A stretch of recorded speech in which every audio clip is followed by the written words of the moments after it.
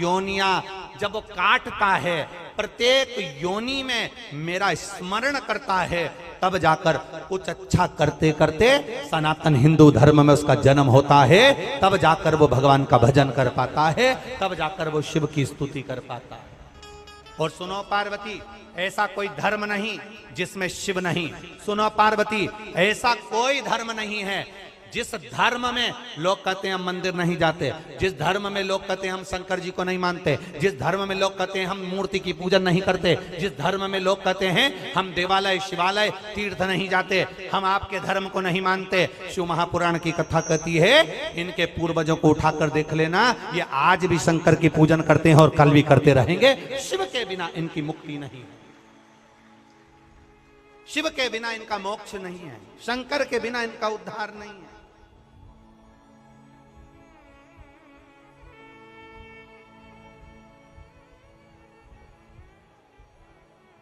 शिव के बिना किसकी मुक्ति? एक बार जरा ध्यान दीजिएगा, आपको अगर मान लो मरने के बाद शमशान में छोड़कर आ गए, और शमशान में छोड़कर आने के बाद में आपके साथ में कौन है?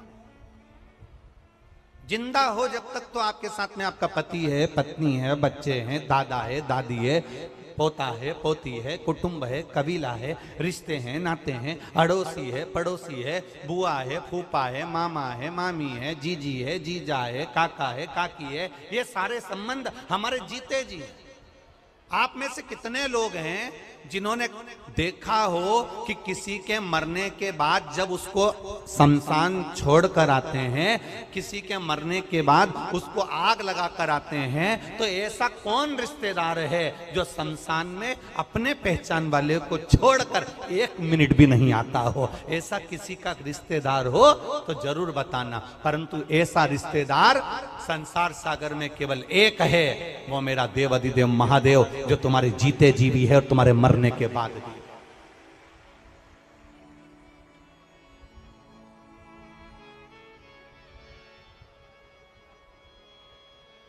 जीते जी भी है और मरने के बाद। महाराज, इससे तो आगे भजन ही है साथी, हर के भजन बिन अकेला रहेगा। हरि मन ये 2 दिन का मेला रहेगा, कायम जग का झमेला रहेगा। साथी है मित्र गंग के जल बिंदु पान तक, अर्धांगनी बढ़ेगी केवल मकान तक। परिवार के सब लोग चलेंगे इस मसान तक, बेटा भी हक निभाएगा तो अग्निदान तक। बस यहीं तक सब हैं, उसके बाद कोई नहीं।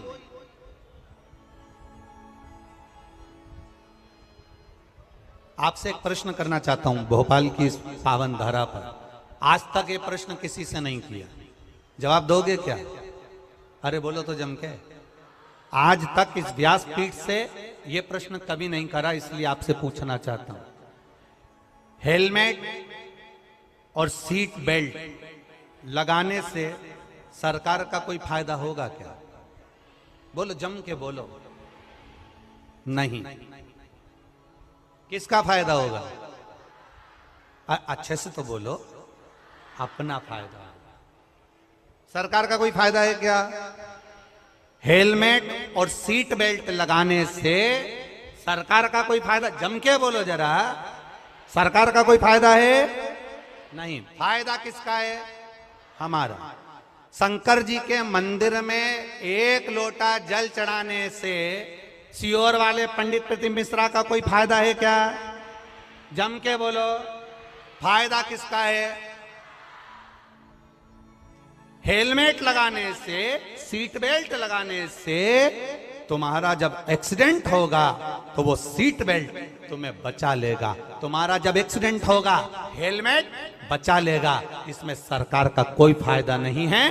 मंदिर में एक लोटा जल चढ़ाने से फायदा तुम्हारा है। तुम्हारी दुख की घड़ी में मेरा महाकाल तुम्हारे साथ खड़ा होगा। सियोर वाला महाराज नहीं। तुम्हारे जल चढ़ाने से सियोर वाले महाराज का कोई फायदा नहीं है। तुम्हारे जल चढ़ाने से सियोर वाले महाराज प्रदीप मिश्रा का कोई फायदा नहीं है। यह मत सोचना कि पंडित प्रदीप मिश्रा का कोई फायदा है। तुम जल चढ़ाओगे तो प्रदीप मिश्रा को कहीं से 1 रुपया मिल जाएगा। तुम्हारे जल चढ़ाने से चवन्नी मिल जाएगी। तुम्हारे जल चढ़ाने से अठन्नी मिल जाएगी। ना ना ना, हेलमेट लगाने से सरकार तुम पर बार बार प्रेशर देती है। 200 रुपए का कूपन काट देती है, रसीद काट देती है। हेलमेट लगाओ, हेलमेट लगाओ, सीट बेल्ट लगाओ। क्यों? सरकार का कोई फायदा नहीं है। सरकार का केवल इतना सा कहना है कि तुम हमारे प्रदेश में रह रहे हो, हमारे देश में रह रहे हो। जब तक तुम रहो हमारे प्रदेश में, हमारे देश में, तब तक तुम सुखी रहो, स्वस्थ रहो। इसलिए तुमको सीट बेल्ट लगाना चाहिए, हेलमेट लगाना चाहिए। और हम भी केवल इतना सा चाहते हैं, जब तक मृत्यु लोक में रहो, तुम्हारे जीवन में अगर दुख आए तो 1 लोटा जल शिव जी के मंदिर में चढ़ाते रहो। इसमें सियोर वाले महाराज का कोई फायदा नहीं, इसमें तुम्हारा फायदा है। तुम्हारे दुख की घड़ी में कालाधिपति मेरा कुबेरेश्वर महादेव खड़ा मिलेगा, वो परमात्मा मिलेगा।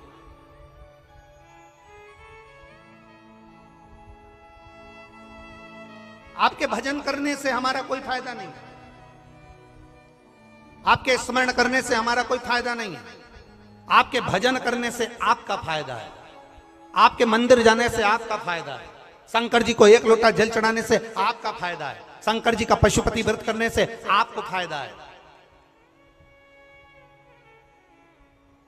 हमारा कोई लाभ नहीं है। लाभ तुम्हारा। देखो, एक पत्र में आया, एक पत्र में किसी ने लिखा,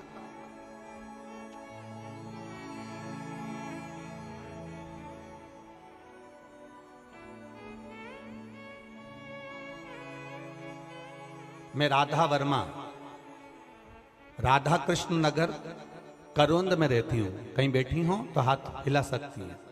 मैं राधा वर्मा, कहीं बैठी हो तो हाथ हिला सकती हैं। मैं राधा वर्मा, राधा कृष्ण नगर करोंद में रहती हूं। मेरा मोबाइल नंबर ये है। आप लोग एलईडी पर, आस्था चैनल पर भी पत्र को पढ़ सकते हो। कहीं बैठी हो तो हाथ जरूर हिलाइएगा। पत्र में उन्होंने लिखा, मैं 10/2/2022 को मैंने सोनोग्राफी कराई और डॉक्टर ने कहा कि तुम्हारे गर्भ में जो बच्चा है इसकी किडनी नहीं है, इसकी किडनी नहीं है। गुरुदेव, बड़ा दुख हुआ। 15 दिन डॉक्टर ने कहा कि इस बच्चे की किडनी नहीं है, आप चाहें तो इस बच्चे को ना रखें तो अच्छी बात, इस बच्चे को जन्म मत दो, ये बच्चा बीमार रहेगा, इसकी किडनी नहीं है। 15 दिन का समय डॉक्टर ने दिया और 15 दिन के समय में बस डॉक्टर ने कहा इसके बाद ऑपरेशन करना पड़ेगा। हमने दूसरे हॉस्पिटल में जाकर बच्चे की जांच कराई, उसने भी यही कहा कि इस बच्चे की किडनी नहीं आ रही है, सोनोग्राफी में किडनी नहीं है। 15 दिन डॉक्टर ने फिर बुलाए, फिर जांच कराया, पर उसमें किडनी नहीं आई। तीसरे हॉस्पिटल में गए, तब भी किडनी नहीं है।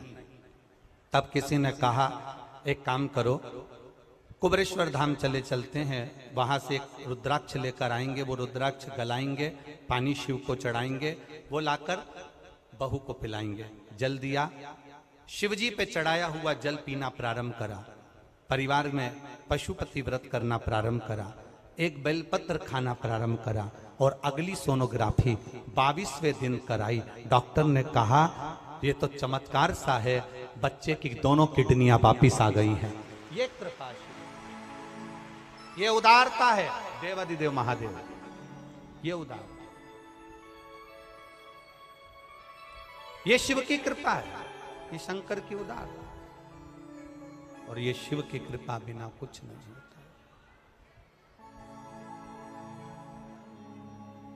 शिव की कृपा बिना कुछ नहीं होता। खाली न जाता कोई दर से तुम्हारे खाली न जाता कोई, दर से तुम्हारे मैं भी खड़ी हूँ नंदी बाहें पसारे। आप शिव की आराधना में लगे हो, शंकर की भक्ति में लगे हो, इसमें सियोर वाले महाराज का कोई लाभ नहीं है। आपने एक लोटा जल शंकर भगवान को चढ़ाया, विश्वास कर कर पीना प्रारंभ करा। आपने एक बेलपत्र शंकर भगवान को चढ़ाई, विश्वास कर कर खाना प्रारंभ किया। आपने शंकर भगवान के मंदिर में जाना प्रारंभ करा। आप 2 कदम चलकर शिव के दरवाजे तक जाते हो तो तुम्हारा दुख मिटाने के लिए वो कैलाश को छोड़कर तुम्हारे दरवाजे तक आता है। ये निश्चितता है।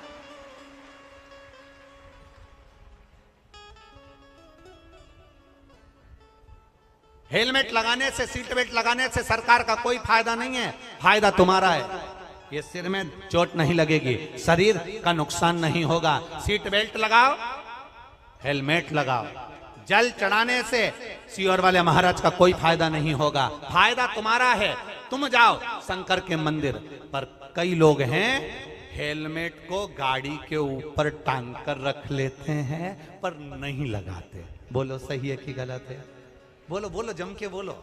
नहीं लगाते। कई लोग हैं गाड़ी में VIP गाड़ी, 50 लाख की गाड़ी का इतना ध्यान रखते हैं, इतना ध्यान रखते हैं, एक स्क्रैच भी नहीं लगना चाहिए, पर गाड़ी के अंदर बैठे हैं तो सीट बेल्ट नहीं लगाते। एक 25,000 के मोबाइल पर कवर चढ़ा कर रखते हैं, इसमें स्क्रैच नहीं आना चाहिए। और ये भगवान ने करोड़ों का शरीर दिया, इसमें स्क्रैच आ जाना चाहिए। करोड़ों का शरीर परमात्मा ने दिया है, करोड़ों का शरीर दिया और उसको हम समझ नहीं पा रहे। अभी छत्रपति संभाजी नगर की कथा में आपको एक बात कही थी। 50 लाख की गाड़ी में, 30 लाख की गाड़ी में, 70 लाख की गाड़ी में, 80 लाख की गाड़ी में, 1 करोड़ की गाड़ी में, 50,000 की गाड़ी में, 25,000 की गाड़ी में, 72,000 की गाड़ी में आप में से कितने लोग बैठे हैं जो अपनी गाड़ी में पेट्रोल डीजल की जगह गटर का पानी, नली का पानी, नाले का पानी डालकर चलाते हैं? आप में से कितने लोग बैठे हैं? बोलो बोलो, जल्दी बोलो। कोई है ऐसा जो गटर का पानी, नाली का पानी, नल्ले का पानी गाड़ी में, 70,000 की गाड़ी, 50,000 की गाड़ी, 1 लाख की गाड़ी, कोई नहीं जो केरोसिन का तेल डालकर भी 1 लाख की गाड़ी, 1 करोड़ की गाड़ी को केरोसिन का तेल डालकर चलाता हो? ऐसा कोई व्यक्ति नहीं है। अपनी इतनी महंगी गाड़ी को लोग पेट्रोल और डीजल से चलाते हैं। जरा विचार करना, 50,000, 70,000, 1 लाख, 50 लाख की गाड़ी को लोग गटर का पानी, केरोसिन का तेल डालकर नहीं चलाते। केवल ये करोड़ों की गाड़ी में लोग ना जाने कौन कौन सी गटर का पानी डाल डालकर चला रहे हैं। ये करोड़ों की गाड़ी रोज शाम ढलती है और ये गटर की दुकान पर मिलते हैं और वो गटर का पानी डाल डाल कर गाड़ी को चला रहे हैं। ये गाड़ी कब तक चलेगी? कब तक? कब तक चलेगी? ये गाड़ी बहुत दिन तक चलने वाली नहीं। फिर ए भाई, अच्छे से सुनना जरा, एक आंकड़ा निकलवाना। मेरा निवेदन है, एक आंकड़ा निकलवाओ सरकार से। समुद्र में डूबकर मरने वालों की संख्या कम है, बावड़ी में डूबकर मरने वालों की संख्या कम है, तालाब में डूबकर मरने वालों की संख्या कम है, कुएं में डूबकर मरने वालों की संख्या कम है, समुद्र में डूबने वालों की संख्या कम है, खड्डे में डूबकर मरने वालों की संख्या कम है, पर प्याली में डूबने वालों की संख्या ज्यादा है। जितने समुद्र में डूब कर नहीं मरे, जितने पानी में डूब कर नहीं मरे, जितने तालाब और बावड़ी में डूब कर नहीं मरे, जितने कुएं और बावड़ी में डूब कर नहीं मरे, उतने नशे में डूब कर लोग मर गए हैं। जरा आंकड़ा निकलवाओगे तब समझ में आएगा। इस शरीर की कीमत को समझो कि करोड़ों का शरीर दिया है। एक एक किडनी 50-50 लाख की मेरे देव अधिदेव महादेव ने दी है।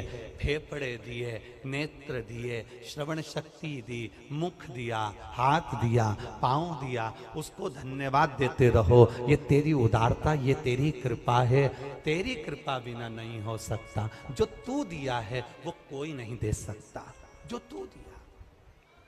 आज फिर आदरणीय विश्वास भैया के यहाँ से भाभी जी आज फिर कह रही थी, गुरुदेव श्रीमती रूमा जी सारंग फिर कह रही थी, बड़े बड़े सौभाग्य हमारे, बड़े बहुत बड़ा भाग्य है हमारा जो हम इस पावन शिव महापुराण कथा के यजमान पद मिला। गुरुदेव आप कहते हो शंकर और पार्वती को यजमान का पद मिला था, ये तो शिव ने हमारे ऊपर बड़ी कृपा करी है। एक बार जोरदार ताली श्रीमती रूमा जी सारंग जी के लिए। बहुत बहुत साधुवाद है आपके विचारों को, आपके भावों को और आपके निर्मल स्वभाव को।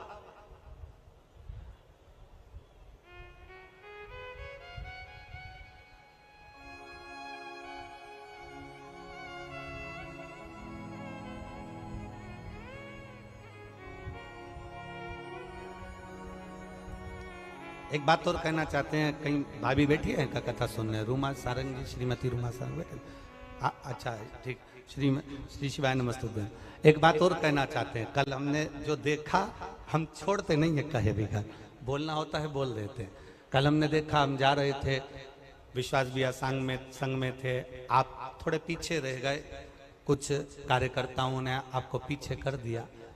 इस जगह पर कोई दूसरे मिनिस्टर की अगर पत्नी होती ना, 50 बार अकड़ दिखा देती, पर आपका स्वभाव, आपको नम्रता का जो भाव है, धन्यता है आपको। बहुत बहुत साधुवाद, बहुत बहुत साधुवाद।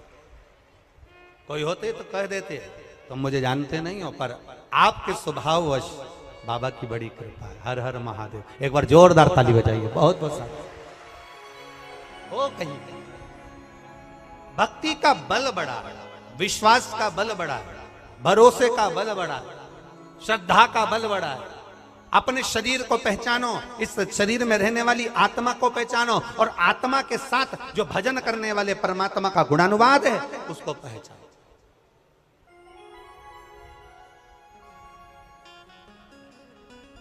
पहचानना, ये हेलमेट लगाने से के फायदा केवल तुम्हारा है, सीट बेल्ट लगाने से फायदा केवल तुम्हारा है, जल चढ़ाने से फायदा केवल तुम्हारा है। शंकर के मंदिर तुम 2 कदम चलकर जा रहे हो। मेरा देव अधिदेव महादेव तुम्हारे दुख की घड़ी में, तुम्हारे कष्ट की घड़ी में, तुम्हारे तकलीफ की घड़ी में कोई खड़ा हो ना खड़ा हो, पर मेरा महादेव तुम्हारे जीते जी भी है और तुम्हारे जाने के बाद भी शमशान में भी वही खड़ा है, बैठा इंतजार में तुम्हारे लिए तत्पर खड़ा हुआ है, तत्पर।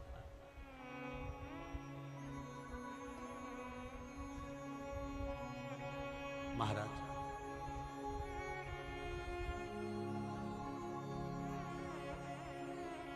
बहुत अच्छे से समझिएगा।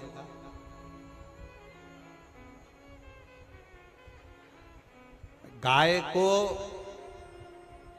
पकड़कर लेकर चलते जाओ, गाय का बछड़ा पीछे पीछे, बोलो बोलो जम के आए। बछड़े को पकड़कर लेते जाओ, गाय पीछे पीछे आएगी। बछड़े के पीछे गाय चलती है, गाय के पीछे बछड़ा चलता है, पति के पीछे पत्नी चलती है, और जल चढ़ाने वाले भक्त के पीछे मेरा भोलेनाथ चलता है। मेरा शंभु, मेरा त्रिकालदर्शी, मेरा कैलाशी, मेरा विनाशी चलता है। एक पत्र और देखिए।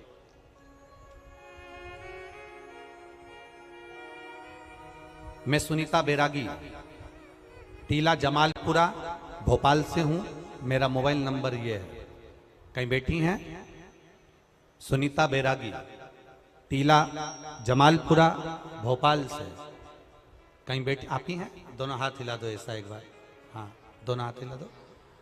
मैं सुनीता बैरागी टीला जमालपुरा भोपाल से हूं। आपने भजन की एक लाइन अच्छी लिखी है, अरे लुटा दिया भंडार काशी वाले ने, कर दिया माला गुरुजी। पशुपति व्रत का और एक लोटे जल का क्या महत्व है, मैं क्या वर्णन करूं गुरुदेव। मेरे भोले बाबा ने क्या करा, मैं किसको बताऊं। दुनिया के लोग विश्वास करे ना करे एक लोटे जल पर मैं विश्वास करती हूं। बहुत समय से सरकारी नौकरी की तैयारी कर रहा था पुत्र, कहीं पर भी सरकारी नौकरी नहीं लग रही थी। तब उससे कहा कि एक बार पशुपति व्रत करो और शिव जी के मंदिर में एक लोटा जल चढ़ाओ, प्रतिदिन चढ़ाओ। मेरे बेटे ने कहा मां जल चढ़ाने से कोई नौकरी लगती है क्या? मैंने कहा सियोर वाला महाराज कहता है, एक बार करने में क्या जाता है, नौकरी के लिए अप्लाई करो और जल चढ़ाओ। मेरे बेटे ने अप्लाई करा नौकरी के लिए, जल चढ़ाया, पढ़ाई दिल से करी, विद्या अध्ययन दिल से करा। खूब अध्ययन करने के बाद जब मेरे बेटे ने नौकरी के लिए अप्लाई करा, आज मेरे बेटे को रेलवे में स्टेशन मास्टर के पद पर चयनित किया गया है। मैं बाबा को यहाँ धोख लगाने के लिए। बधाई आपको बहन, बहुत बहुत विराजी। हर हर। शिव कृपा किसको कहते हैं? शंकर की उदारता किसको कहते हैं? शिव स्मरण किसको कहते हैं? शंकर की भक्ति किसको कहते हैं? इसमें सियोर वाले महाराज का फायदा नहीं तुम्हारे जल चढ़ाने से, बेलपत्री चढ़ाने से सियोर वाले महाराज का फायदा नहीं है, पर तुम्हारे जल चढ़ाने से, तुम्हारी बेलपत्र चढ़ाने से, तुम्हारे भजन करने से, तुम्हारा पशुपति व्रत धारण करने से फायदा तुम्हारा है। तुम दिल से शिव महापुराण की कथा सुन रहे हो। इतने सारे पंडाल, रोज पंडाल बढ़ रहे हैं, रोज पंडाल बढ़ाए जा रहे हैं।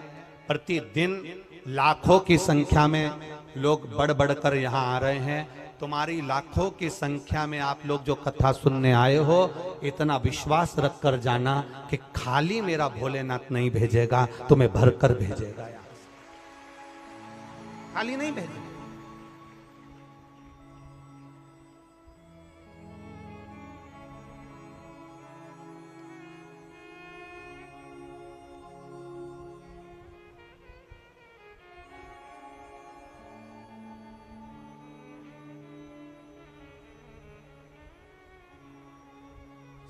भोले मैं तेरी पतंग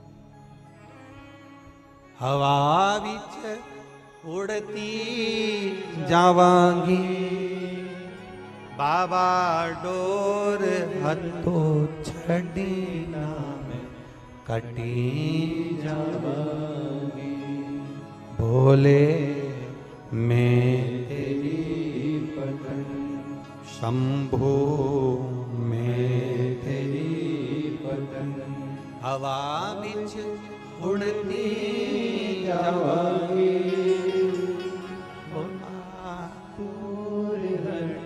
छड़ी ना मैं कटी जावांगी। बाबा मैं तेरी पतंग शंभो मैं तेरी पतंग।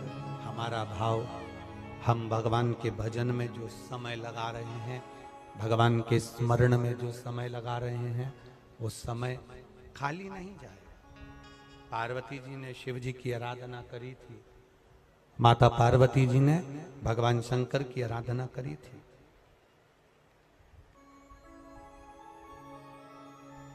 दान, भजन, प्यासे को पिलाया गया पानी, भूखे को कराया गया भोजन, स्मरण, कीर्तन, मंत्र जाप, ये खाली नहीं जाता। कथा सुनने बैठे हो, ये खाली नहीं जाता। एक बड़ा सुंदर चरित्र, एक बार माता पार्वती जी ने शिव जी से संसार में सुख और दुख के बारे में स्मरण किया। आवाज बढ़ाओ। शिव जी से सुख और दुख के विषय में माता पार्वती जी ने प्रश्न किया। थोड़ा ध्यान से सुनना, बड़ा अच्छा चरित्र। काशी में नंदन वन में भगवान शंकर और पार्वती बैठे हैं।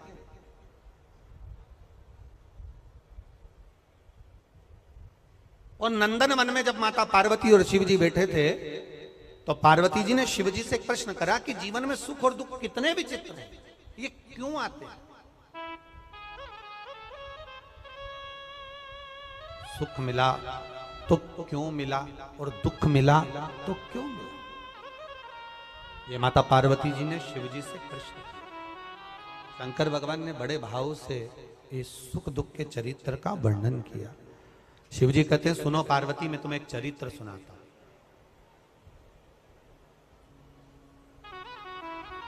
नंदनवन काशी में बैठे हैं।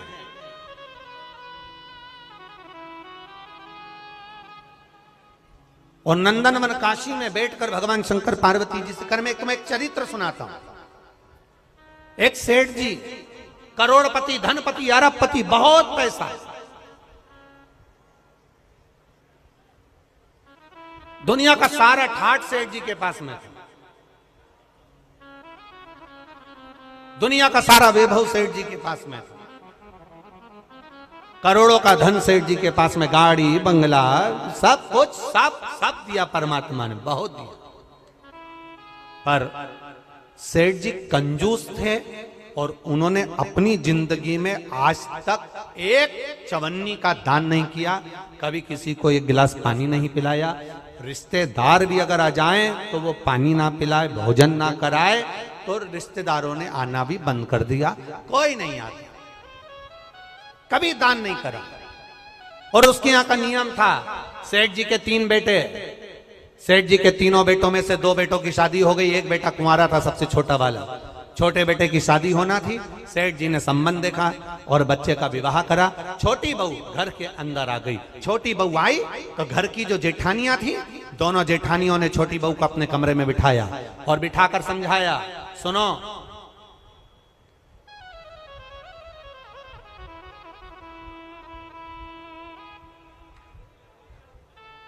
पहले ऐसा नियम था, अब आजकल ऐसा नियम तो नहीं है, पर पहले ऐसा नियम था कि लड़के की शादी होती थी और बहू को लेकर आता था ना, तो अपने खुद के घर में बहू को लेकर बाद में आता था। पहले उसको रुकने की व्यवस्था कोई रिश्तेदार के यहाँ, कोई नातेदार के यहाँ, कोई संबंधों के यहाँ, कोई पहचान वाले के यहाँ, उसको बहू को रखा जाता था। बोलो भोपाल में ऐसा था कि नहीं था? अरे बोलो, जम के तो बोलो, था ना ऐसा? लड़का शादी कर कर बहू को लेकर आया, सीधे अपने घर नहीं आया, पहले उसको कोई मित्र के आधिकारिक पहचान वाले, दीदी, जीजा, बहनोई, नातेदार, रिश्तेदार, कुटुंब, कबीला, अड़ोसी पड़ोसी, रिश्तेदार वाला, उसके यहाँ पर उस बहू को, उस छोरे को, बहू बेटा को वहां रोका जाए। काहे के लिए रोकते थे? उसको रोकने का कारण क्या था? उसको रोकने का कारण केवल एक था। क्यों रोका जाता था? केवल एक कारण से कि बहू जब वहां पर आए तो उसको हमारे घर के बारे में हमारे रिश्तेदार सब बता दें कि तुम्हारी सास ऐसी है, तुम्हारे ससुर ऐसे हैं, तुम्हारा देवर ऐसा है, तुम्हारा जेठ ऐसा है, तुम्हारा परिवार ऐसा है। अब जो छोटी बहू आई है तो दोनों जेठानियों ने उससे मिला और मिलकर कहा, सुनो, हमारे ससुर का एक नियम बड़ा प्रबल है, उसको याद रखना। हमारे ससुर का नियम बड़ा तेज है, उसको याद रखना। कौन सा नियम?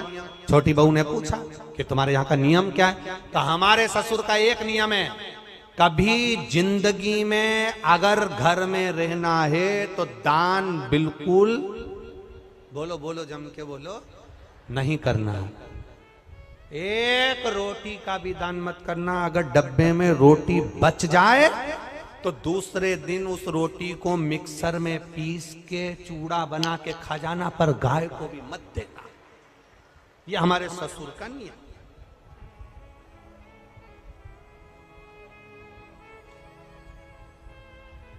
मेरा विश्वास कहता है अपने भोपाल की तो ऐसी बहू नहीं होगी और ना ऐसा कोई रिश्तेदार होगा कि रोटी गाय को भी ना दी जाए, कुत्ते को भी ना दी जाए और पक्षी को भी ना दी जाए।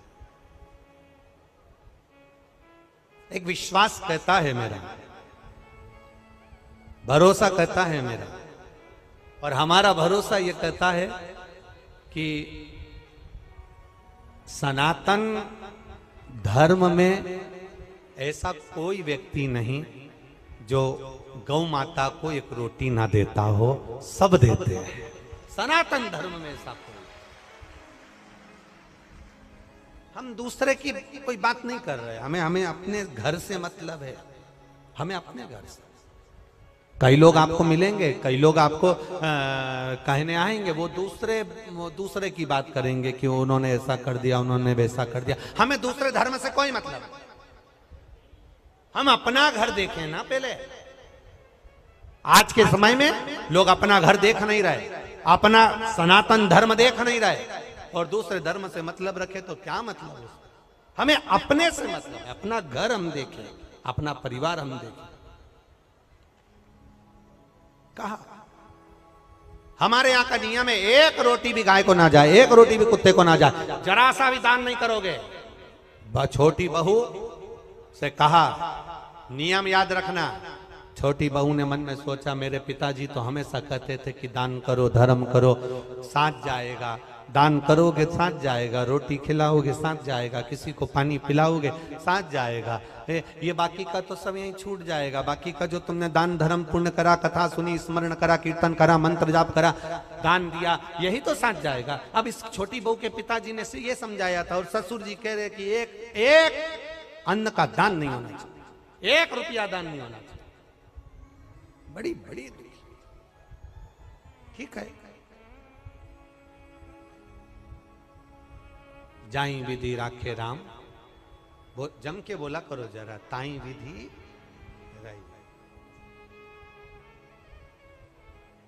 हम तुमसे बार बार इसलिए बुलवाते हैं कि तुम्हारे पास में कोई बैठी हो और वो कर रही हो, तो तुम उसके पास में बैठकर कम से कम बोल तो दो। जैसे ही बोलोगी वो भी जाग जाएगी, थोड़ी बहुत तो उठ ही जाए। अब छोटी बहू ने कहा ठीक है, जाई विधि राखे राम, ताई विधि, और सीताराम सीताराम सीताराम कही चालू। बहू रहने लगी। 4 महीने बीते, बहू छज्जे में कपड़े सुखा रही थी, गैलरी में कपड़े सुखा। नीचे एक भिखारी आ गया, उसने आवाज लगाई, 3 जन्म से कुछ नहीं खाया है, भूखा हूं, भोजन दे दो। क्या बोला वो? कितने जन्म से? 3 जन्म से कुछ नहीं खाया है, भूखा हूं, भोजन दे दो। बहू कपड़े सुखा रही थी, उसकी आंख में आंसू भर गए। हमारा नियम है, हमारे ससुर का नियम है, दान नहीं कर सकते। अब बोलूं तो बोलूं क्या इसमें? छोटी बहू अपने पिता के संस्कारों को छोड़ ना पाई, और ऊपर कपड़े फटकते फटकते, कपड़े को जब पानी से निचोड़ते हैं, निचोड़ कर सूखने डालते हैं, तो एक बार फटक देते हैं। फटकने का मतलब ये होता है कि पानी झड़ जाए से मतलब नहीं होता। फटकने का मतलब ये होता है उसमें जो सल हैं वो अच्छे हो। फटका, और फटकते समय तार पर गैलरी में कपड़ा डालती डालती बोली,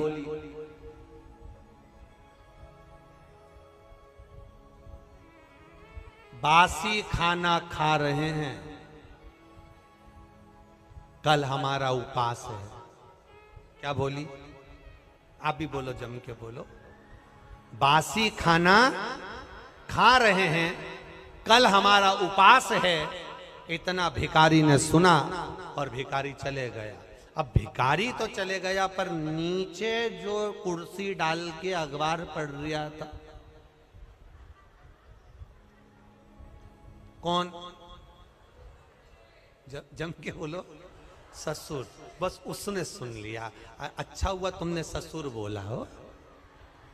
नहीं तो एक जगह कथा कर रहे थे, उन्होंने कह दिया एक भिखारी तो चले गया पर नीचे जो कुर्सी डाल के अखबार पढ़ रहा था, तो लोगों ने कह दिया वो भी। भोपाल के लोग एक बात तो है, इस मामले में समझदार बहुत है।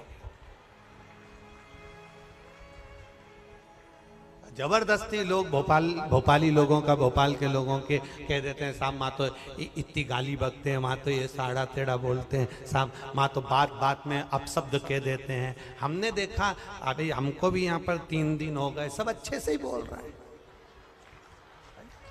सब अच्छे।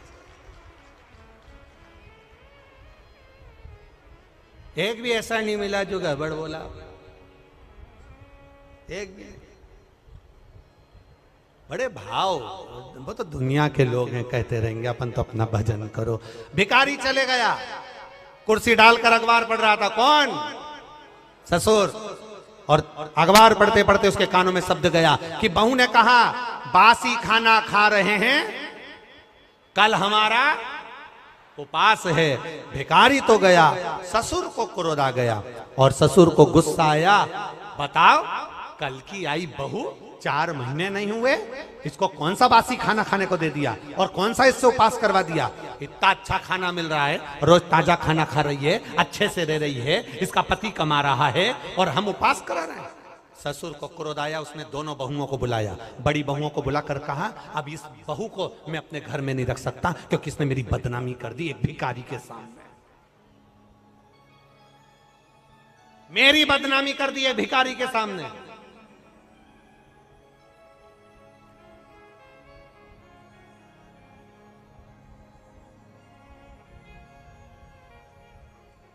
होता है, एक सास भी ऐसी थी, एक कथा में आता है, एक सास ऐसी थी वो कभी दान नहीं करती, एक चीज नहीं, कुछ नहीं दान करे। और पड़ोसी के यहां बैठी थी और उसकी बहू बड़ी धर्मात्मा थी, वो पड़ोसन के यहां बैठी थी। भिखारी आया, भिक्षा मांगते मांगते इसके घर गया, बहू से कहा भिक्षाम देही, बहू ने तुरंत उठाकर एक कटोरी आटा भरकर उसको दे दिया। अब ये भिक्षा मांगते मांगते पड़ोसन क्या गया, ये भी वहीं ओटले पे बैठी थी सास भी। इतने में तुरंत सास ने वहां पर आवाज लगाया भिक्षुक ने, माता भिक्षाम देही, तो पड़ोसन ने भी उसको भगा दिया। तो इसने जो यहाँ बैठी थी पड़ोसन, इसने पूछा क्यों वो 3रे नंबर के घर पर गए थे क्या? हाँ। कुछ दिया क्या? हाँ। क्या दिया? 1 कटोरी आटा। इसमें इतने में भिखारी का हाथ पकड़कर बुढ़िया लेकर अपने घर गई और बहू को बुलाया, बहू, ए बहू। बहू आई, क्या है मां? तूने भिखारी को 1 कटोरी आटा दिया? हाँ। किससे पूछ के दिया? किसी से नहीं, अपना घर है, दान करना चाहिए। इतने में सास को गुस्सा आया और भिखारी से कहा, भिक्षुक से कहा तुमने मेरे घर से आटा लिया? हाँ। वापिस दो।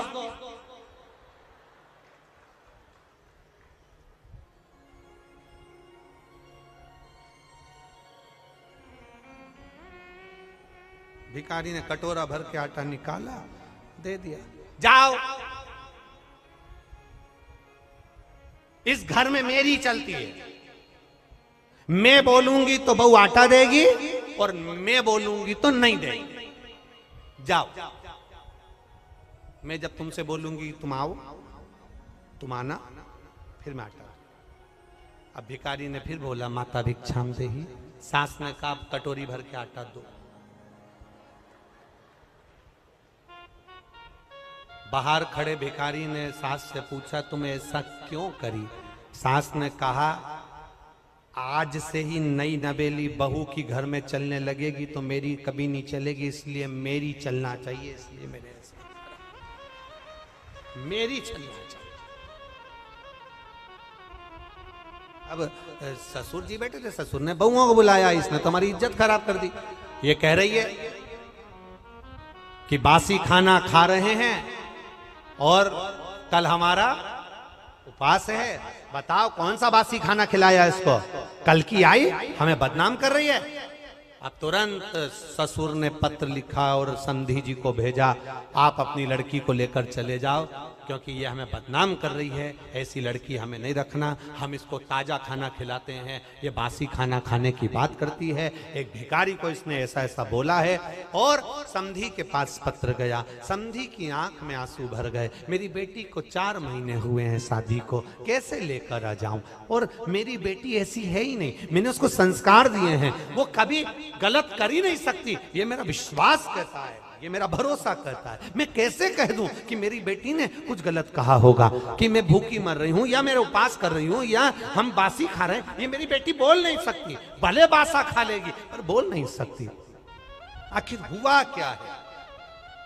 ससुर ने, समधी ने पंचायत बिठाई और पंचायत में बैठे हुए लोगों से कहा, क्या मेरी बेटी ऐसी है? नहीं, तुम्हारी बेटी तो संस्कारवान है, ऐसा बोल ही नहीं सकती। बुलाओ समधी को।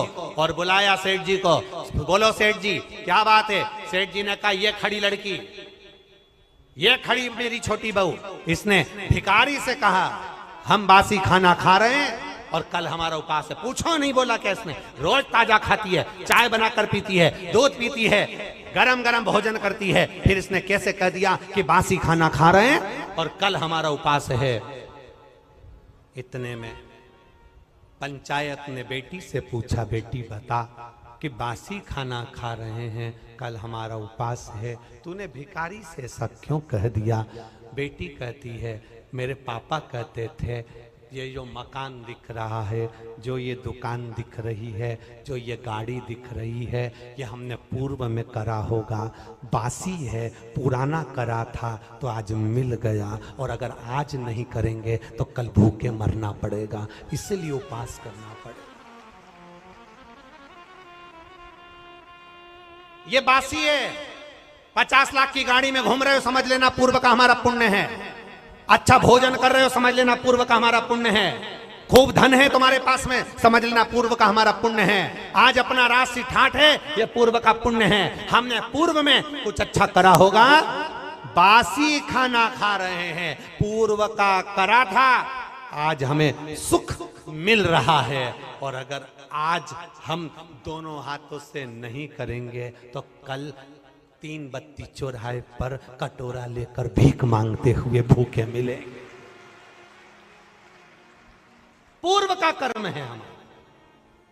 आपको लोग सलाम ठोक रहे हैं, आपको लोग नमन कर रहे हैं, आपको लोग प्रणाम कर रहे हैं, आपको लोग दंडवत कर रहे हैं, आपको लोग नमन कर रहे हैं, आपकी लोग बात सुन रहे हैं, आपका जय जयकार हो रहा है, आप गाड़ी में घूम रहे हैं, 4-4 बंगले आपके पास में हैं, खूब अच्छा मकान, खूब अच्छी पत्नी, बच्चे, परिवार, कुटुंब, कबीला सब अच्छा मिला है। समझ लेना उस परमात्मा की कृपा है। दोनों हाथों से पुराने समय में करा था, इसलिए आज मिल गया। आज दोनों हाथों से करते हुए चलना, तो अगला जन्म जब मिले तो भगवान फिर टूटमान होकर देता चले, इसलिए दोनों हाथों से लुटाते चले। आज बासी खाना, बोलो बोलो जम के खा रहे हैं। पति अच्छा मिला है, समझ लेना, अच्छा परिवार मिला है, समझ लेना, अच्छा घर मिला है, समझ लेना, सुनने को कथा मिल रही है, समझ लेना पूर्व में कुछ अच्छा करा होगा, आज मिल रहा है। पूर्व में अच्छा करा, आज मिल।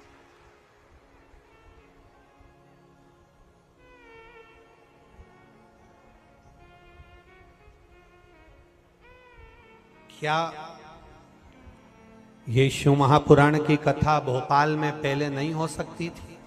बोलो बोलो जम के। पर ललाट पर तो लिखा होना चाहिए कि किसके माध्यम से होगी और कौन करवाए।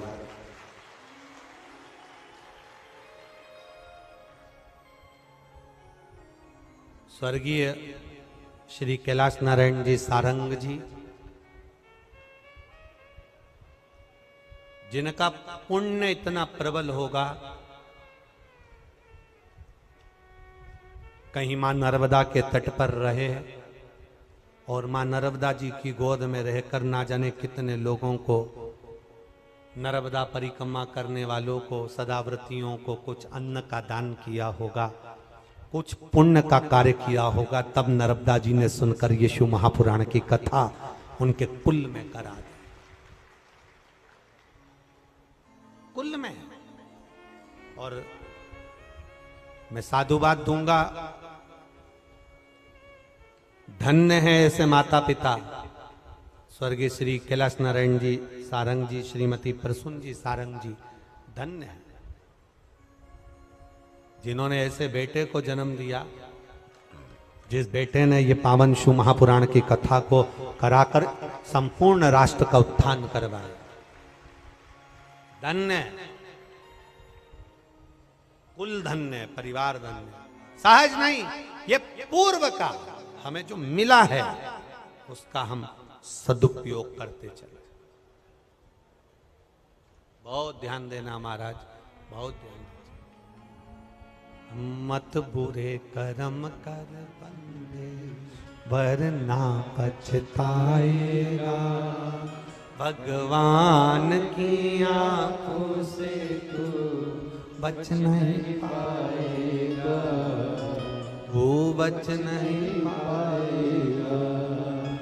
अरे ओ अज्ञानी मत करना दानी, अरे ओ अज्ञानी मत करना दानी। तेरे कर्म का फल भी तू ही पाएगा, जैसा किया तूने तेरे आगे आएगा। मत बुरे कर्म कर बंदे, वरना पछताएगा।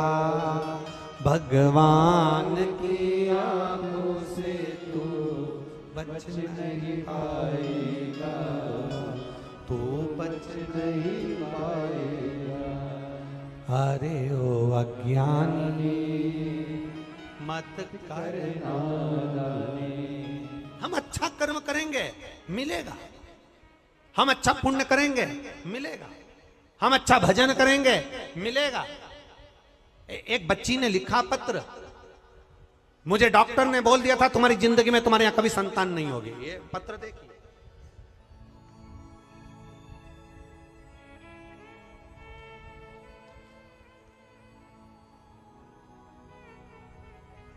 मेरा नाम मनीषा चोटेले है। मैं एकतापुरी कॉलोनी अशोका गार्डन में रहती हूं। कहीं बैठी हो तो हाथ हिलाइए। कहीं पर बैठी हो तो हाथ हिला सकती हैं। मेरा नाम मनीषा चोटेले है। मैं एकतापुरी कॉलोनी अशोका गार्डन में रहती हूं। कहीं बैठी हो तो हाथ हिला सकती हैं। अशोका गार्डन में रहती हूं। मैं बाबा की कृपा का क्या बखान करूं महादेव, पर मेरा पूरा भरोसा हो गया गुरुदेव, बड़ी कृपा। मेरी बहन करिश्मा की शादी को 5 साल हो गए थे, संतान का सुख नहीं। जितने डॉक्टरों को दिखाया सभी डॉक्टरों ने बताया कि आपको संतान का सुख नहीं हो सकता, क्योंकि आप में कुछ प्रॉब्लम है जिसके कारण बस संतान का सुख नहीं होगा। सारे ट्रीटमेंट करवाए, संतान का सुख नहीं हुआ। टेस्ट बेबी करवाया, संतान का सुख नहीं हुआ। जब टेस्ट बेबी करवाने के बाद भी संतान का सुख नहीं हुआ, तब आखिरी में हार कर बैठ गए। हमारे किसी परिचित ने कहा, एक छोटी सी क्लिपिंग व्हाट्सएप पर भेजी जिसमें शिव महापुराण की कथा आपकी आई, वो देखना चालू करी। हमने हमारी बहन को भेजा। बहन ने पशुपति व्रत निकाला, सफेद आंकड़े की जड़ का प्रयोग करा, शंकर जी को लोटा भर जल चढ़ाकर पीना चालू करा और बाबा की कृपा से उसका गर्भ ठहर गया। 17 जनवरी 2023 को मेरी बहन के यहाँ संतान की प्राप्ति हो गई, जिसका मैं फोटो लगा रही हूं। यह शिव तत्व है, यो घड़ी है। उसकी कृपा, उसकी दया, उसकी उदारता कम नहीं होती।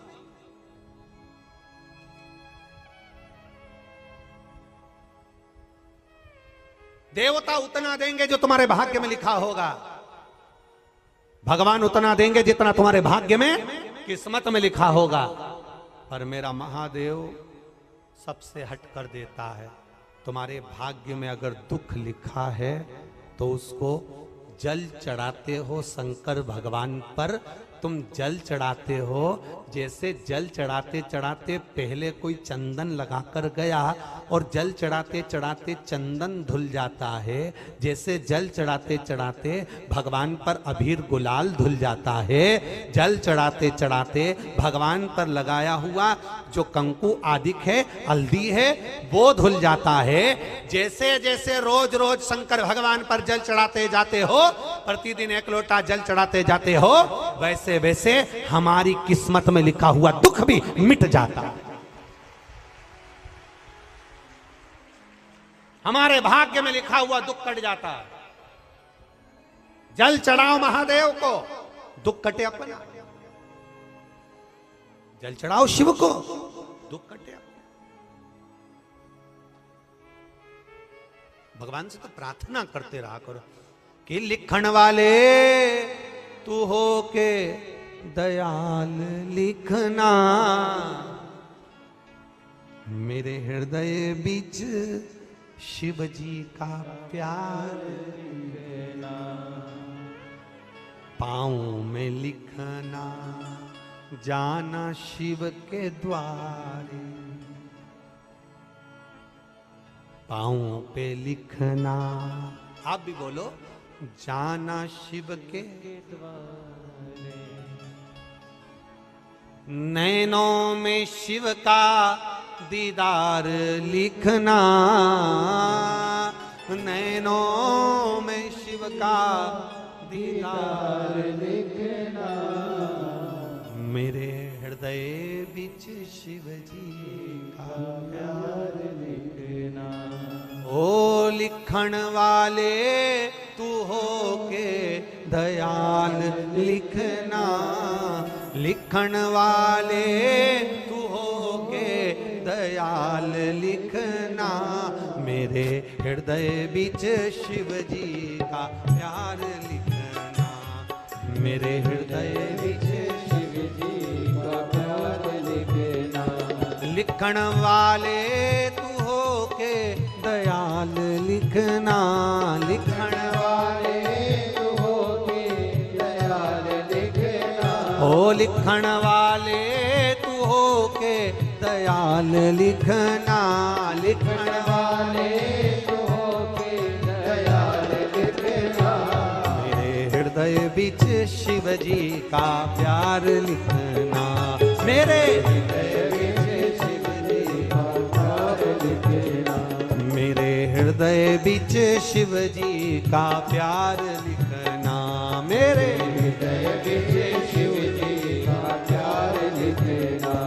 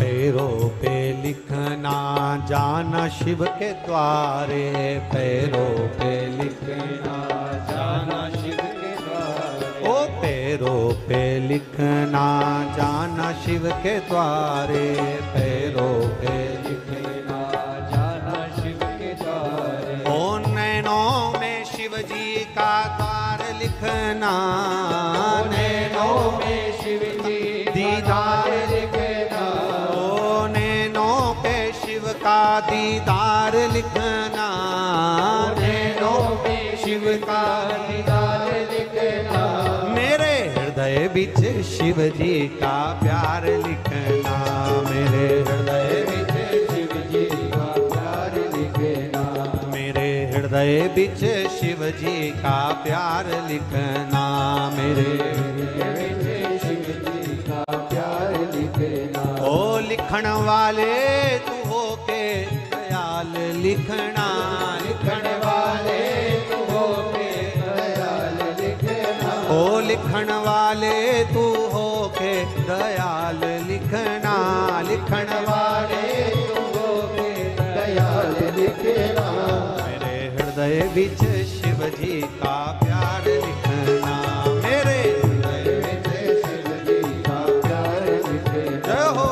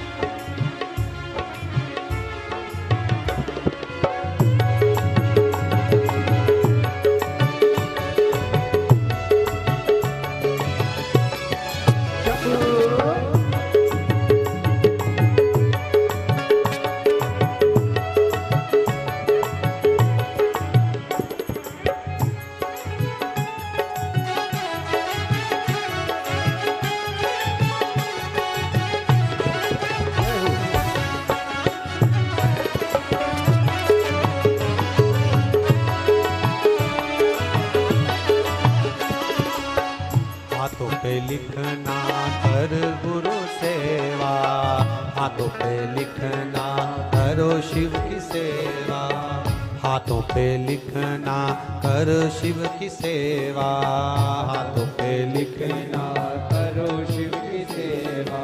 मस्तक पे शिव का चरण लिखना, मस्तक पे शिव का लिखना, ओ मस्तक पे शिव का चरण लिखना, मस्तक पे शिव का चरण लिखना, मेरे हृदय बिच शिव जी का प्यार लिखना, मेरे हृदय बिच शिव जी का प्यार लिखना, मेरे हृदय बिच शिव जी का प्यार लिखना, मेरे हृदय विच शिव जी का प्यार लिखना। ओ लिखण वाले तू हो के दयाल लिखना, लिखण वाले तू हो के दयाल लिखना, ओ लिखण वाले तू हो के दयाल लिखना, लिखण वाले तू हो के दयाल लिखना, मेरे हृदय बिच शिव जी का प्यार लिखना, मेरे हृदय विच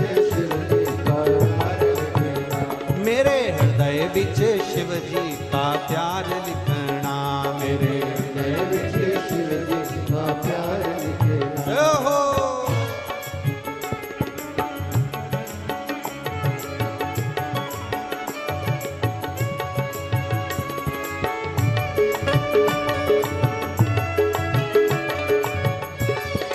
हरि बोल। हरि बोल।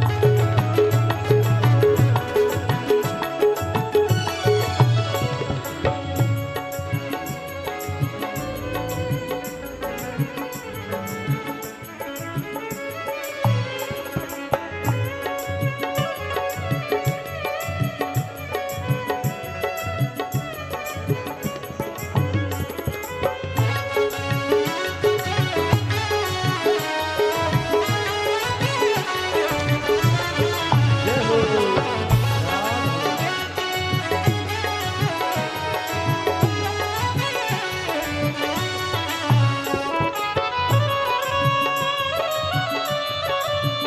हरि बोल।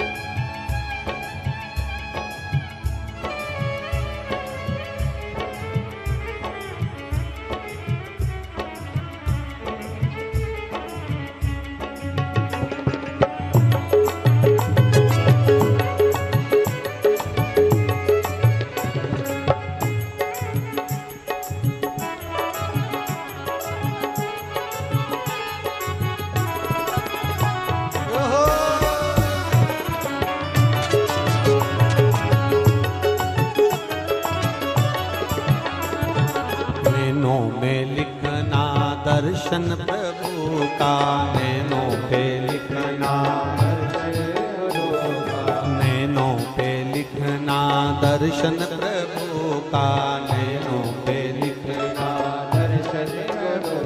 ओ मस्तक पे शिव का प्यार लिखना, मस्तक पे शिव का प्यार लिखना, हाँ मस्तक पे शिव जी का द्वार लिखना, मस्तक पे शिव जी का प्यार लिखना, मेरे हृदय बिच शिव जी का प्यार लिखना, मेरे हृदय बिच शिव जी का प्यार लिखना, मेरे हृदय बिच शिव जी का प्यार लिखना, मेरे हृदय में शिव जी का प्यार लिखना, ओ लिखण वाले तू हो के दयाल लिखना, लिखण वाले तू हो के दयाल लिखना, ओ लिखण वाले तू हो के दयाल लिखना, लिखण वाले तू हो के दयाल लिखना, मेरे हृदय बिच शिव जी का प्यार लिखना, मेरे हृदय में शिव जी का प्यार लिखना,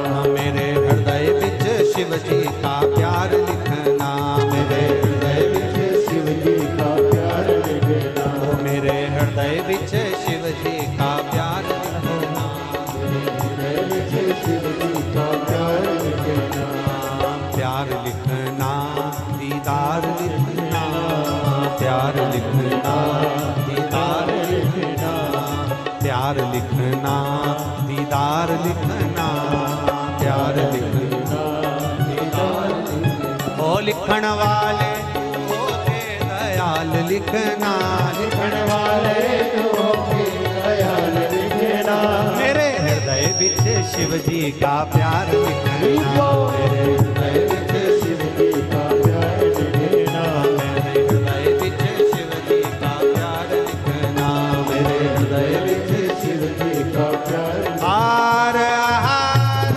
महादेव है।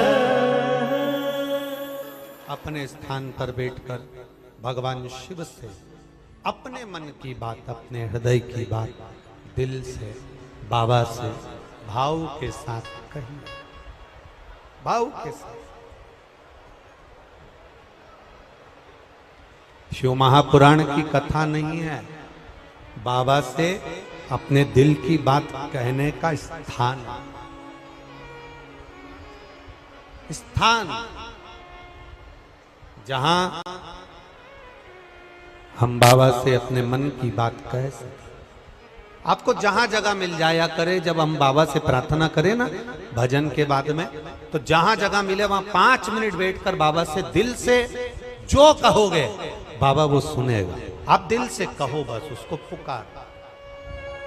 इतनी दूर दूर से आप लोग आते हो, कोई 100 किलोमीटर, 150 किलोमीटर, 500 किलोमीटर, 700, 800, हजार किलोमीटर दूर से, कोई 50, 100, 25 किलोमीटर दूर से यहाँ आए हो, कोई भोपाल से भी आए हो, कोई यहाँ पास से भी आए हो।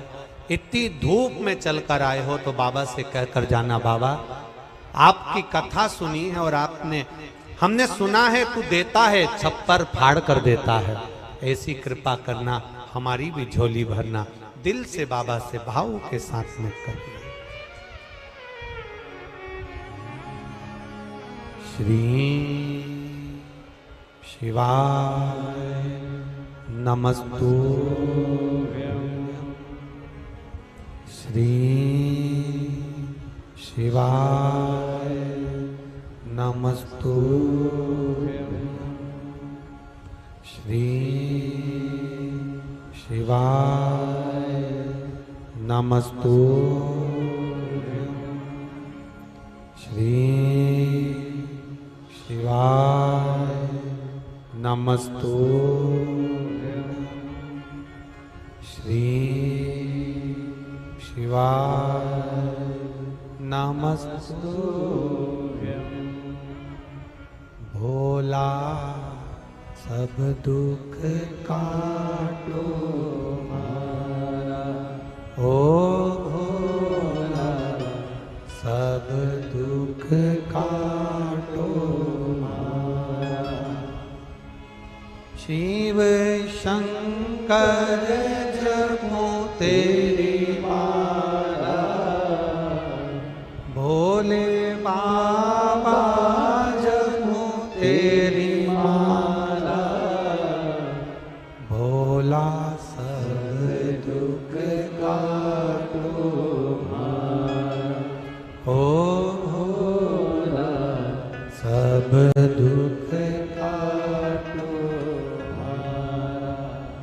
वेश मंगल मंगलकारी, वेश मंगल मंगलकारी, शमशान वासी हमारा, शमशान वासी हमारा, ओ भोला सब दुख काटो हमारा, ओ भोला सब दुख काटो हमारा। शिव जी से भाव के साथ कहा हुआ वो सुनता, उसकी कृपा। पार्वती जी शिव जी से कहती हैं। एक बार देवादिदेव महादेव आनंद के साथ में विराजमान थे। पार्वती जी उनके नजदीक में आकर बैठ गई और मां पार्वती जब नजदीक में आकर बैठी तो पार्वती जी ने भगवान शंकर से कहा कि तारकासुर के संहार के लिए षडानंद कार्तिकेय का प्रागट्य हुआ है और तारकासुर मरेगा। पर तारकासुर तो आपका भजन करने वाला है। पहले भी कथा में कहा, आज फिर कहते हैं, शंकर भगवान का कोई दुश्मन नहीं है। 33 कोटि देवी देवता में केवल एक देवाधिदेव महादेव ऐसे हैं जिनका कोई दुश्मन नहीं। राक्षस भी उनका भजन करते हैं, असुर भी उनका भजन करते हैं, देवता भी उनका भजन करते हैं, गंधर्व भी उनका भजन करते हैं, अप्सराएं भी उनका भजन करती है, किन्नर भी उनका भजन करते हैं, पशु भी उनका भजन करते हैं, पक्षी भी उनका भजन करते हैं।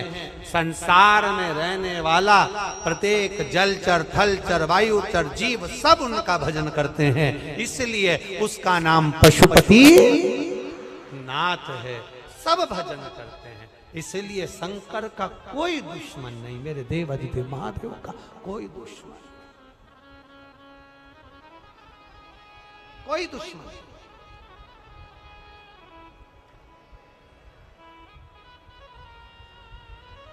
शिव का कोई द्रोही नहीं।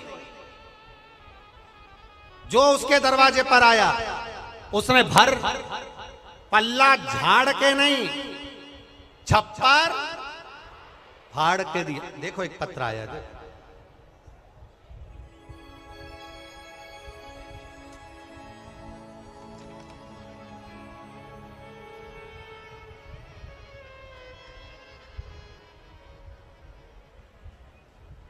मैं किरण साहू पति टेकराम साहू भोपाल टीला जमालपुरा में रहती हूं। कहीं बैठी हो तो हाथ हिलाइएगा। जहां कहीं बैठी हो, कहीं बैठी हो तो दोनों हाथ हिला दीजिएगा ऐसा एक बार।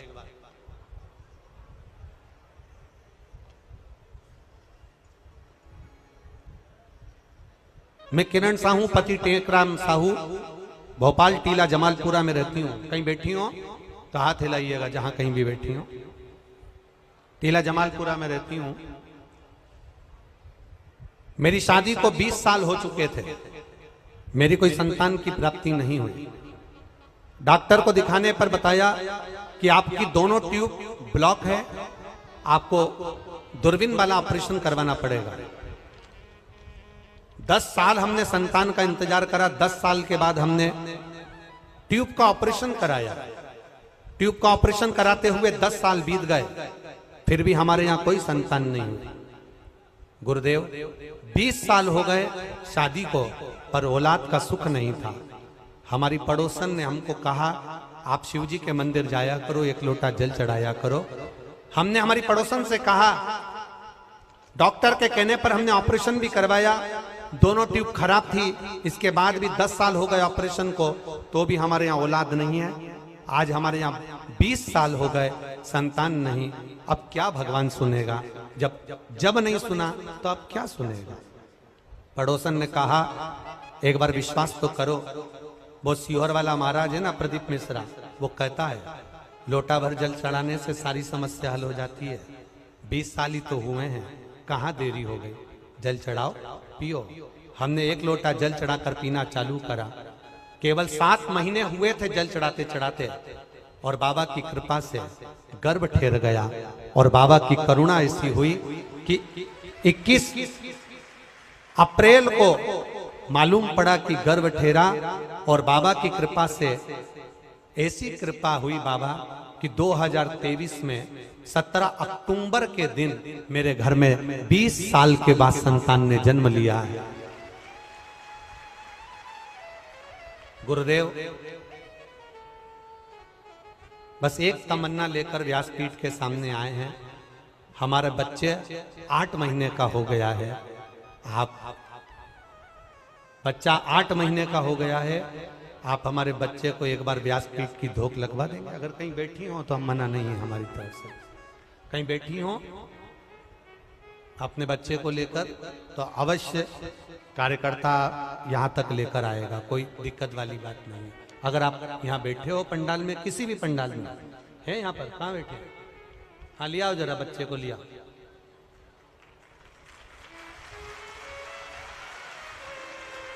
हाँ लिया। एक पत्र और बड़ा सुंदर आया है, ध्यान दीजिए।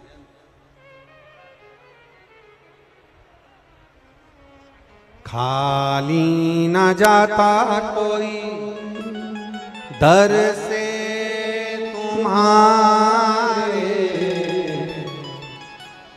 खाली न जाता। एक पत्र और बड़ा सुंदर है, बड़े ध्यान से सुनिएगा। गुरुदेव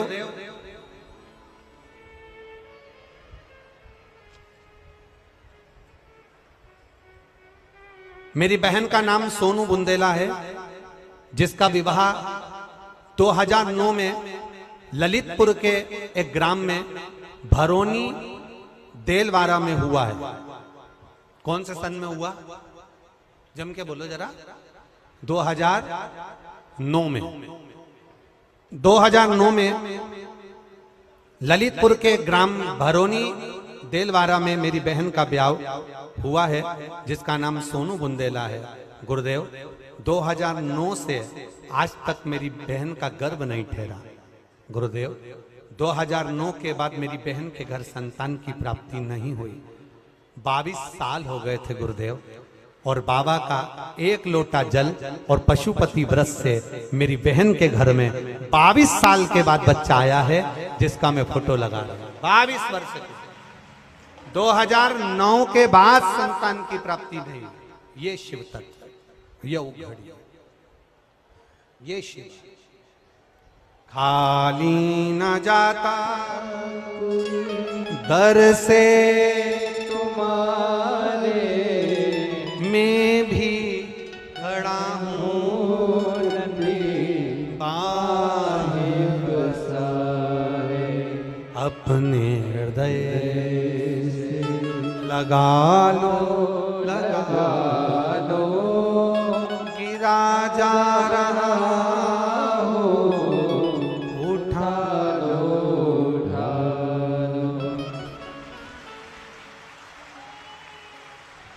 20 वर्ष के बाद बाबा ने जो संतान दी है, बहुत बहुत एक बार जोरदार ताली बजाकर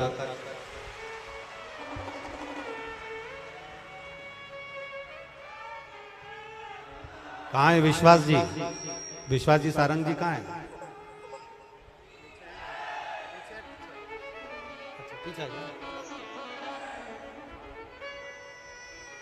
इसको आप भी गोदी में लो, ये शंकर जी का प्रसाद है। 20 साल के बाद हुआ, 20 वर्ष के बाद, 20 साल के बाद बाबा ने दिया है। एक बार जोरदार ताली बजाएं। बहुत बहुत साधु।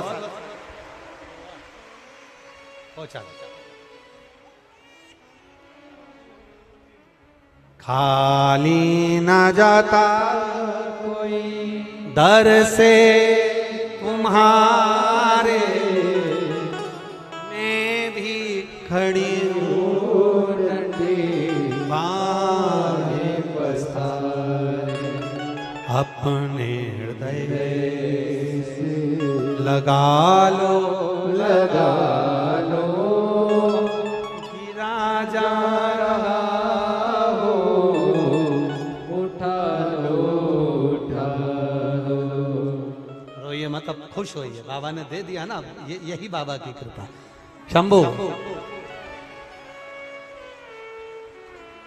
अरे लुटा दिया भंडार काशी वाले ने कर दिया माला माल, काशी वाले ने लुटा दिया भंडार, काशी वाले ने कर दिया माला माल, काशी वाले ने लुटा दिया लुटा दिया, लुटा दिया लुटा दिया लुटा दिया भंडार, काशी वाले ने कर दिया माला। माल, काशी वाले ने शिव की करुणा हो, किसी को 22 साल, किसी को 20 साल, ये आपका विश्वास। फिर कहेंगे हेलमेट और सीट बेल्ट लगाने से सरकार का फायदा नहीं, फायदा आपका है। शंकर को लोटा भर जल चढ़ाने से सीहोर वाले महाराज का फायदा नहीं, फायदा आपका है। आप चढ़ाओगे, ये उसकी कृपा, ये उसकी दया, ये उसकी उदारता। पार्वती जी ने शिव जी से कहा,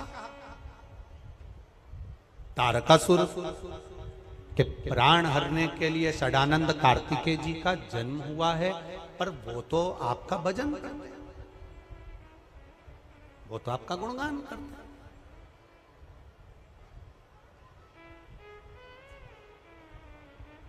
अब जब वो आपका भजन करते हैं तो फिर तारकासुर का संहार क्यों? शिव जी ने कहा, सुनो पार्वती, ये तारकासुर कोई साधारण नहीं है।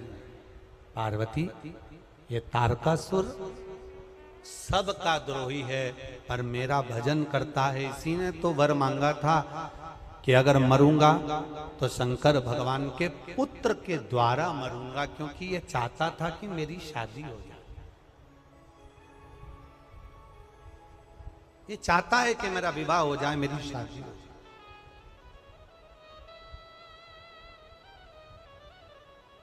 जो आपके लिए अच्छा चाहता है वो दुनिया में आपको हमेशा अच्छा ही लगेगा।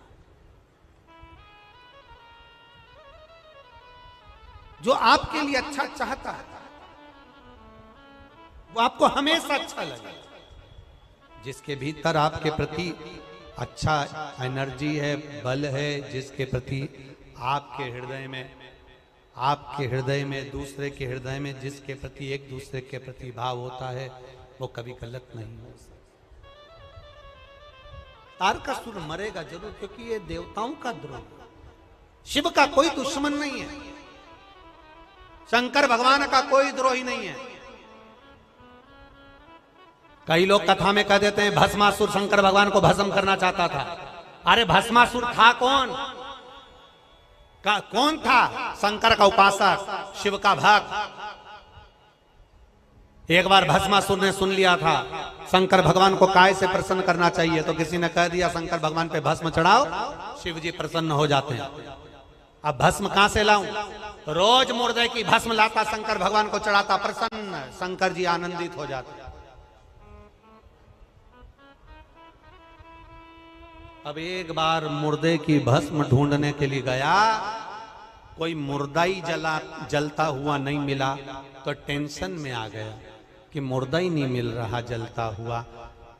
उस भस्मासुर ने चिता लगाई और अपनी पत्नी से कहा, एक काम करता हूं, मैं खुद जलकर भस्म हो जाता हूं, मेरे महादेव को मेरी भस्म चढ़ा देना। पत्नी पति से कहती है, तुम काय को जलकर भस्म होते हो? शंकर भगवान की सेवा करना है तो शंकर भगवान से कहो ना कि दूसरी कंपनी का माल बुलवाने से अच्छा है कि हमारी खुद की भस्म बनाने की फैक्ट्री खोल दो। पति को समझ में नहीं आया कि भस्म बनाने की फैक्ट्री कैसी। पत्नी ने कहा, तुम शंकर भगवान की आराधना करो, शंकर जी से कहो रोज रोज मुर्दे नहीं मिलते, रोज रोज भस्म नहीं मिलती, रोज रोज कोई मरता नहीं है। इसलिए आप हमको वर प्रदान कर दो कि हमारी खुद की फैक्ट्री चालू हो जाए। शंकर भगवान भी अचंभे में पड़ गए, तुम्हारी कैसी फैक्ट्री?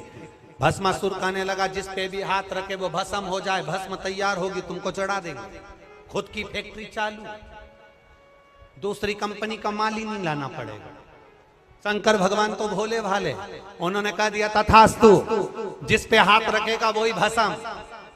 भस्मासुर पहुंच गया घर पर, पत्नी से कहा मैं बड़ा प्रसन्न हो गया, तुझे गले लगाना चाहता हूं। पत्नी को मालूम था इसको आशीर्वाद मिला है, जिसको भी हाथ रखेगा बस। पत्नी ने अपने पति से कहा शंकर जी हैं, नशे में रहते हैं, भरोसा नहीं है, हर किसी को आशीर्वाद दे देते हैं, हो सकता है तुमको भी बेवकूफ बना दिया हो। फैक्ट्री चालू करने से पहले एक बार प्रैक्टिकल कर लो, शंकर जी पे हाथ रख के देख लो, उन्हीं पे हाथ रखो। बस तो भोला का भगत भोला दौड़कर शंकर जी के पास गया। शिव जी ने पूछा क्या चाहता है? अब तो तेरी फैक्ट्री चालू हो गई। शंकर भगवान मेरे को आपके ऊपर हाथ रख के देखना है, मेरी पत्नी बोल रही थी तुम कभी कभी गड़बड़ आशीर्वाद दे देते हो। शिव जी बोले दादा मैं ही मिला था। शंकर भगवान आगे, भस्मासुर पीछे, भागते गए भागते गए भागते गए, भगवान विष्णु के पास पहुंच गए। नारायण जी चरण दबा रहे थे लक्ष्मी जी से, शंकर जी को आता हुआ देखकर बैठ गए। भगवान ने पूछा क्या हुआ? भस्मासुर आ रहा है। कौन भस्मासुर? उसकी खुद की फैक्ट्री चालू हो गई, जिस पे हाथ रखेगा वो भस्म हो जाएगा। भगवान विष्णु बोले तो मेरे पास काय को ले आया? प्रभु मेरे पास क्यों लाए हो? हाथ रखने के लिए आया। शंकर भगवान तो शेषनाग के पीछे, लक्ष्मी जी अंदर, नारायण अकेले। भगवान विष्णु ने देवर्षि नारद को बुलाया तो नारद भी नहीं आ रहा, हाथ रख देगा तो कोई नहीं आ रहा। विपता की घड़ी में कोई नहीं आता। तब भगवान शंकर भगवान पीछे से चिल्ला कर बोले प्रभु आपने मोहिनी रूप धारण करा था, एक बार फिर धर लो। ये स्त्री के चक्कर में पड़ जाएगा तो पूरी फैक्ट्री आग लगा देगा। नारी एक ऐसी होती है जो अच्छी अच्छी फैक्ट्री में ताला डलवा देती है। अच्छी अच्छी फैक्ट्री, बस तुम स्त्री का रूप रख लो। भगवान विष्णु ने स्त्री का रूप रखा। भस्मासुर आकर देखा क्या सुंदर है, इतनी सुंदर। भस्मासुर ने कहा मैंने इतनी सुंदर नारी कभी नहीं देखी, मैं तुमसे शादी करना चाहता हूं। पहली बार में प्रपोज कर दिया, पहली बार मैं तुमसे शादी कर। भगवान बोले कोई बात नहीं, तुम्हारी सुंदरता देखकर मैं भी शादी करना चाहती हूं, क्योंकि तुम इतनी बड़ी कंपनी के मालिक हो, तुम्हारी इतनी बड़ी फैक्ट्री है, इतने बड़े कंपनी के मालिक से शादी क्यों ना करूंगी? मैं तुमसे शादी करने को तैयार हूं, पर शर्त एक है, तुम्हारी कंपनी से मुझे कोई मतलब नहीं। मेरा नाचने का बड़ा शौक है, मेरे बराबर का नाचने वाला चाहिए। भस्मासुर बोला मेरे जैसा तो दुनिया में कोई नाच ही नहीं सकता। अब जिसको शादी करना रहती है वो तो 25 बार बोलता है ना। एक लड़का अटक के बोलता था, उसकी शादी नहीं हो रही थी। घर के लोगों ने कहा लड़की वाले आए हैं, तुम बिल्कुल नहीं बोलोगे, सारी बात हम करेंगे। ठीक, मैं क्या करूंगा? माँ ने कहा तुम एक काम करो, आज मेहमान आए हैं तो हमने तुम्हारी शादी पक्की हो जाए उसके लिए सत्यनारायण भगवान की कथा करवाई है, तुम बैठे बैठे केवल पंजेरी खाना। सत्यनारायण भगवान का वो आटा सिका हुआ, शक्कर मिली हुई पंजेरी खाना। कोई बोलेगा भी नहीं क्योंकि तुम खाने में लगे रहोगे तो कोई पूछेगा भी नहीं। ठीक है, अब ये पंजेरी खाने में लगा था, मुंह में भरी थी पंजेरी, इतने में एक ने तो पीछा ही पकड़ लिया। साहब आपका नाम क्या?